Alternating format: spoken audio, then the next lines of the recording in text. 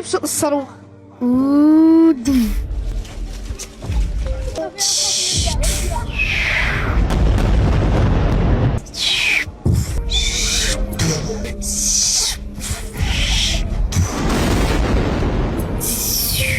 بتحكي كيف صوت الزنانة؟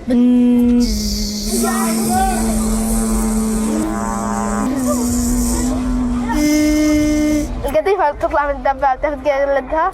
مش كتير يعني هيك.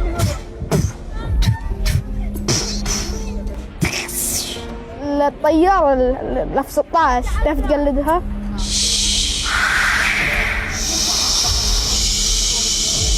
صوت يعني صوت القنبلة.